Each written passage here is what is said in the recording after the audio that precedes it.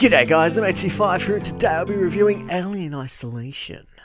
So Alien Isolation is a first-person survival horror game which was developed by the Creative Assembly that I reviewed on the PlayStation 4. And it tells the story of Amanda Ripley. Fans of the series will instantly recognise the name as she is the daughter of Ellen Ripley, who was portrayed by Sigourney Weaver in every single Alien film. But in the films, there was never any mention of a daughter. This game is set 15 years after the events of the very first Alien film, and Ellen Ripley is still in stasis in space, so Amanda wants to uncover what happened to her mother. So this is a very smart move, as it gives us an original plotline in between the first and the second film, which works brilliantly. So in Isolation, you take control of Amanda as she is sent to the Sevastopol station along with a small team to recover the flight recorder of the Nostromo, which is the ship where the events of the first film took place. But Amanda is mostly doing it to find answers and to find closure to the fate of her mother. But as she arrives on the station, from the get-go, everything goes horribly wrong. So you end up alone on the space station and immediately discover terrible events have occurred here, and everybody aboard the ship is fighting for survival against each other and an unknown alien threat. So it's up to you to find out what's going on aboard this station while surviving long enough to discover the fate of Amanda's mother. Trust me guys, there are a lot of different events that happen throughout this long journey you're about to take on, but I don't want to go too much into it because I want you to experience it for yourself. So let me first off say that I think this game is beautiful in terms of graphics and atmosphere. The whole game feels like you are wandering through the first film, as it is extremely detailed in its layout and design. Not only that, but they kept all of the old retro-style electronics and terminals, which all sound and act like they did in the film. After I finished this game, I actually went back and watched the first film, and I was so surprised to find that so many sound effects are taken straight from the film to make you feel like you are aboard one of these ships. I love it! Also, the score has been taken from the films as well, as it is moody and creepy, and you can instantly recognize it.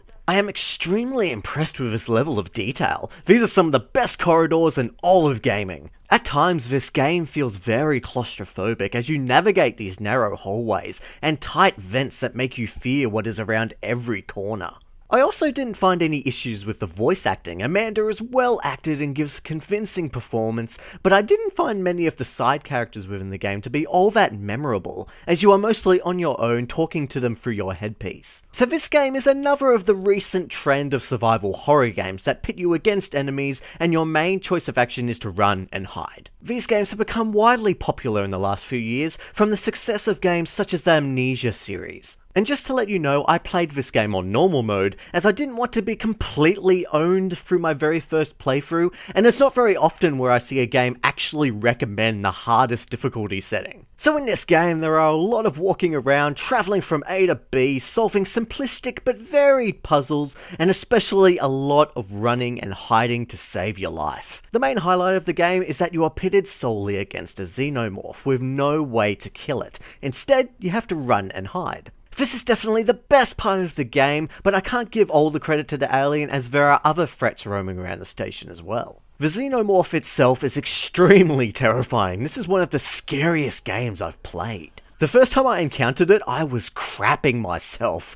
Not only does it look terrifying, but it is also so incredibly fast, and most of the time kills you in one hit. It can also travel around the vents, and with the help of excellent sound design, you will hear it close by, shuffling around until it eventually drops down and continues its search for you on foot. It is so hard to avoid too, as it doesn't just walk, but it fast walks around the area, and makes it difficult to navigate around it without the fear of getting caught. So you have to make use of the number of lockers, cabinets and vents littered around the place to help you stay alive, but it doesn't always. At times, the alien will actually stick its drooling face against the locker, and you have to hold a couple of buttons to back away from it and hold your breath. But as you wait for the alien to give up and move on, you slowly start to lose health because you're holding your breath. I also really liked how as you're sneaking around, Amanda can automatically duck under desks for an additional hiding spot, and there's a real sense of fear as you watch an alien walk right by you. Of course, the alien isn't the only threat to you. There are also other survivors aboard the ship that will not hesitate but to shoot you on sight. And then again, some of them won't, so you have to use your gut instinct in these situations and listen to their conversations before taking action. And lastly, the absolutely creepy, terrifying, uncontrollable synthetics on this station. Ugh. You know how in most horror games there's those mannequins that teleport around you to scare you? Well, imagine that, but they're walking around speaking in this terrifying monotone robot voice with that face. That face alone will give you nightmares forever. So another thing that makes this game distance itself from those other games of the same genre is that you can actually defend yourself in a number of different ways. Throughout the game, you end up finding a decent amount of equipment and weapons for you to distract, stun, or even kill your enemies, apart from the alien, of course. Both the survivors and synthetics can be killed, but trust me, it is not an easy task at all. I felt the melee combat was actually pretty useful at certain times in the game, but the gunplay, that takes a while to wrap your head around due to poor controls and hit detection. Now I can understand the poor gunplay controls. Amanda is a survivor, not a killer, but then again there were times that I swear I was aiming for the head of a human enemy and it didn't kill them. So in a way, the game is trying to nudge you into that running and hiding gameplay, but as the game goes on you start finding more useful equipment and weapons, and it feels like you have a fighting chance and you don't have to be so afraid anymore. Although ammo for your weapons is extremely scarce, but you can find items within the world to craft different kinds of equipment, from noisemakers to distract your enemies, to pipe bombs, which is especially good for crowd control. But you gotta remember that these items and ammo are few and far between, so you have to save them all for when you really need them, otherwise later parts of the game will become more difficult for you. Definitely the best piece of equipment you get is the motion tracker. This baby displays the movement of enemies in front of you and indicators to let you know if there's anything beside or behind you. It even tells you how far away the nearest enemy is. This tool is an absolute lifesaver, especially against the alien, but it doesn't help hinder the terrifying experience you will have.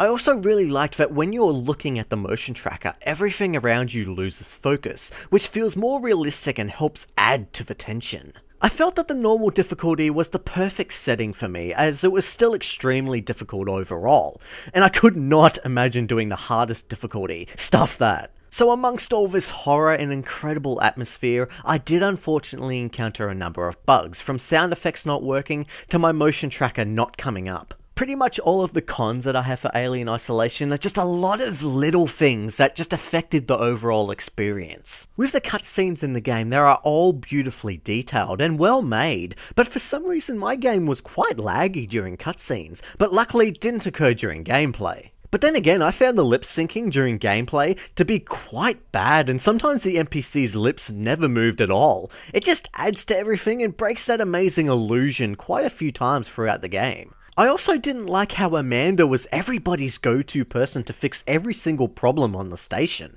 Pretty much every single conversation is someone barking orders at you to fix this and fix that. Even the marshals don't have the guts to take things into their own hands. Now, some of you may have noticed that this game has gotten some mixed reviews from popular websites, and after finishing the game I can understand parts of the arguments about the game, and the main two problems mentioned is the saving system and the overall length of the game. Now, I for one didn't really have any issues with the saving system. You find these emergency phones all around the station that give you the opportunity to save. There is no checkpoints in this game unless you are starting in a new area. So every time you die, you have to go back to where you last saved it, and trust me, you will die a lot. But the thing I found about this is that every time I died, I felt like I was getting better.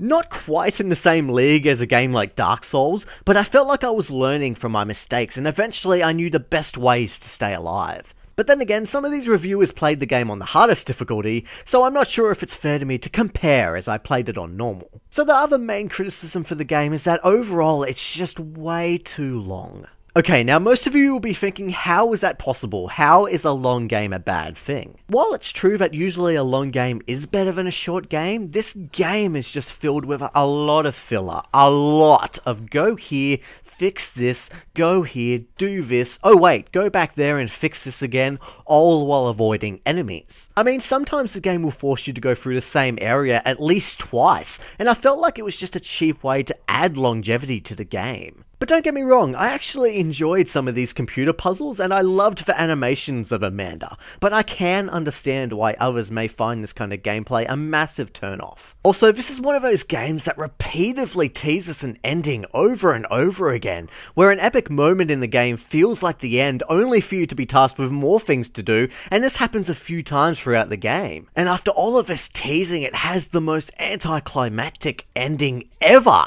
It was just so disappointing. I just think that maybe if they had cut some of this filler out, it would have been a better paced game overall, and taken the time to work on a better ending, because that was just disappointing. So I can understand that there are times in this game that can bore, annoy, and even frustrate people, but I want you guys to try your best to really look by this, as this is one of the best Alien games I have ever played. Sure, I have complained about a few things, but the overall experience I had with the game, it was an absolutely terrifying, thrilling, atmospheric ride that I think everybody should give a go, as this is one of the better run and hide survival horror games. I had a really hard time scoring this game, simply because it was hard to overlook the fact that I encountered a number of bugs and little issues throughout the game, but then again, I had such an amazing time. So I'm going to give Alien Isolation an 8.5 out of 10. This is the closest you are ever going to get to that perfect Alien experience. Well, from the first film at least. Being hunted by a xenomorph is such a different feeling, and this game is handled brilliantly, and the developers have nailed the atmosphere. It's just a shame that the game has pacing issues and a number of bugs that just ruin the experience now and then. I highly recommend that you give this game a go, especially if you're a fan of the Alien series, or of even run and hide survival horror games, as this stands out to be one of the best in the genre. Also, if you haven't yet, don't forget to check out these awesome other great run and hide survival horror games, Outlast and Amnesia. And if you have already and you want something new, play Alien Isolation now. So what did you guys think of Alien Isolation? How did you feel being hunted by a xenomorph? I thought it was freaking terrifying. And if you have any questions, remember to leave me a comment down below and I'll get back to you. And if you like this review, remember to like me on Facebook and subscribe to me on YouTube if you want to see more. And thank you very much, guys, for watching my review of Alien Isolation. Perfect run and hide survival horror game. If you've played other games like Outlast and Amnesia, go and give this one a go because it is one of the best. Alright, MAT5 is bloody out of here.